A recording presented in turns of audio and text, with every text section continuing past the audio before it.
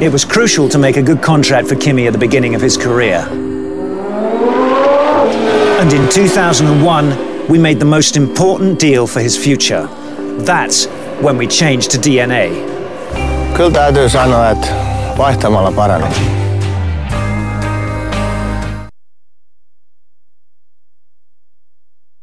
Hei kaikille teille, mun nimi on Anette Laatu-Peikkilä, mä oon MTV3 urheilutoimittaja, ralli- ja formula-puolelta ja Kimi joutuu nyt tässä mun lyhyen piinapenkkiin ja sen jälkeen medialla on sitten hetki aikaa kysyä omat kysymyksensä sekä Kimille että sitten Eerikille.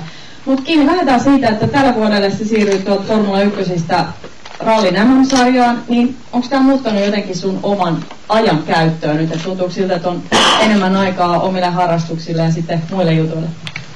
No tietenkin sitä vähän enemmän, että ei niin montaa rallia kuin oli Formula 1-kisa, mutta sitten ralli on vähän pidempi, että siinä ei koko viikon, että Formula 1-kisat Euroopassa niin torstaista ja sunnuntaina oli kotona, että se vähän muuttaa tietenkin niitä asioita, mutta ehkä sitä pikkasen enemmänkin aikaisemmin. Jos sä saisit Kimi päättää sun oman työkuvan ja semmoinen, että minkälainen sun päivä olisi, työpäivä, niin mistä se koostuisi? No tietenkin, jos puhutaan nyt Formula 1 tai rallista, niin ajamista on varmaan niin eniten, että se on se, minkä takia siellä on, mitä tykkää tehdä. Että molemmissa lajeissa on aika paljon sellaista, mikä kuuluu siihen, että sponsoreita ja isoja firmojen takia, että kaikenlaista mediahässäkkä ja muuta, mutta tietenkin se pääasia luoja ajaminen. Jos hypätään vähän ajassa taaksepäin tuonne formula-aikaan, ja jos sä katot sinne nyt, niin mitä susta tuntuu, että siinä kaverit, kun oli sun kanssa lähtöviivalla muut kuskit, niin mikä sut erotti niistä muista kuskeista? Kaikki on tietysti lahjakkaita, mutta se nyt ei aina ihan pelkästään riitä. No on siellä paljon asioita, että jokainen on vähän erilainen persona, että riippuu tietenkin kuka katsoo ja kuka ajattelee mitäkin, mutta en mä hirveästi ikinä miettinyt, mitä ne muut ajattelee esimerkiksi musta tai mitä muut ihmiset, että ei se mua kiinnostanut, mitä ne tekee toisaalta, että pistää omaa asiansa tähän vaan ja ehkä se on aina toiminut mulle, että jotkut ihmiset joutuu tekemään ihan eri lailla ne asiat, että ne haluaa hirveästi miettiä niitä, mitä ne touhuu ja mitä on tehnyt aikaisemmin, mutta täytyy sulla olla hyvä kalusto ja hyvät ihmiset tietenkin siinä, jos haluat pärjää. Kuitenkin suhtaansa vaikka siinä on ne kärkikuskit, että jotain eroja on jossakin tilanteessa, mutta sitten ne parhaat siellä, niin ei ne hirveästi eroja, jos olikaan samoihin autoihin. Toiset kuljettajat pystyy tekemään todella pitkiä uria moottoriurheilun parissa, mutta sä oot antanut Kimi ymmärtää, että tämmöinen pitkä ura ei välttämättä ole sua varten, niin missä sä näet itsesi 10 vuoden kuluttua?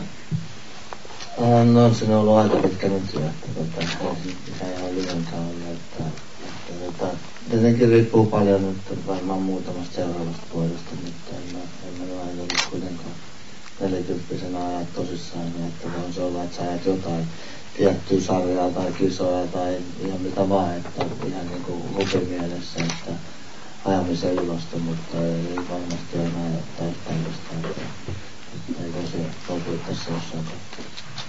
No nuoria tulokkaita on koko aika tuolla pyrkimässä eteenpäin. Minkälaisen vinkin sä antaisit sellaiselle nuorelle urheilijalle, on se sitten moottoriurheilussa tai jossain muussa urheilulajissa, että mitä hänen kannattaa ajatella, kun hän yrittää tavoitella niitä omia unelmia? No varmaan pitää luottaa itseensä, että jos on omaa tekemisiä, että toisaalta jos sä teet itse, että olet yrittänyt parhaasi ja onnistut sitten tai et, niin ainakin sulla jää siitä hyvä mieli, eikä hirveästi kuunnella. Tietenkin jotain ihmisiä, kehen sä luotat ja muita täytyy kuunnella, mutta teet sitä omaa asiaa ja yrität olla paras.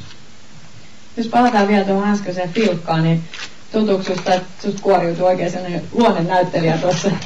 No ei varmaan, että sitä tuli ikinä tapahtua, mutta jotenkin oli suht helppo päivä, niin kuin, jos itse sanoo, niin semmoisen asian, mikä ei ole ikinä ollut ehkä niin lähellä sydäntä, mutta kaikki oli järjestetty tosi hyvin ja ihmiset oli tosi auttavaisia ja ties mitä tehdä, että jos semmoista, kun yleensä formuloissa tai rallissa ollut, että puoleettomia asia voi kestää 2,5 tuntia sen takia, kun kukaan ei tiedä mitä tehdään, että se häslätään ja muuta. Että täällä on kaikki toimet tosi hyvä, että ei se ollut yhtään kiduttava kokemus.